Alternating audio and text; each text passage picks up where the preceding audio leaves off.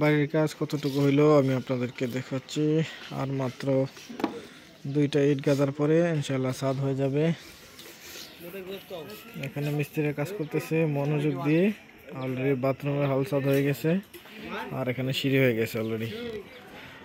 আর বিস্তারিত নিয়ে একটা ভিডিও দেব, খরচ বা মিস্ত্রি কোথায় পাবেন, ইট কোথায় পাবেন, এগুলো আপনার ডাইরেক্ট কন্ট্যাক্টে দেওয়া যায়। এদের একটা কোম্পানি আছে।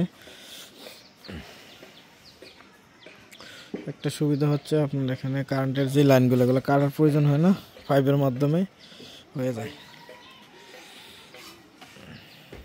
এখানে 3টা রুম, 2টা বাথরুম, একটা হল রুম, সাথে সিঁড়ি আছে। সিঁড়ির ভিতরে দিয়ে দিছি এতে কোনো সমস্যা না হয়।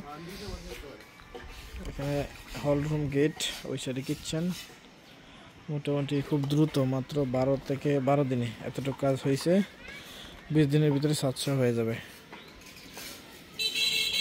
অনেকে মনে করে ছাদ কি হবে, এটা কিন্তু একতলা ছাদ হবে। দেখেন প্রত্যেকটা একটু পর পর একটা রড দেওয়া আছে, এটা কিন্তু একদম ঢালাই দেওয়া আছে।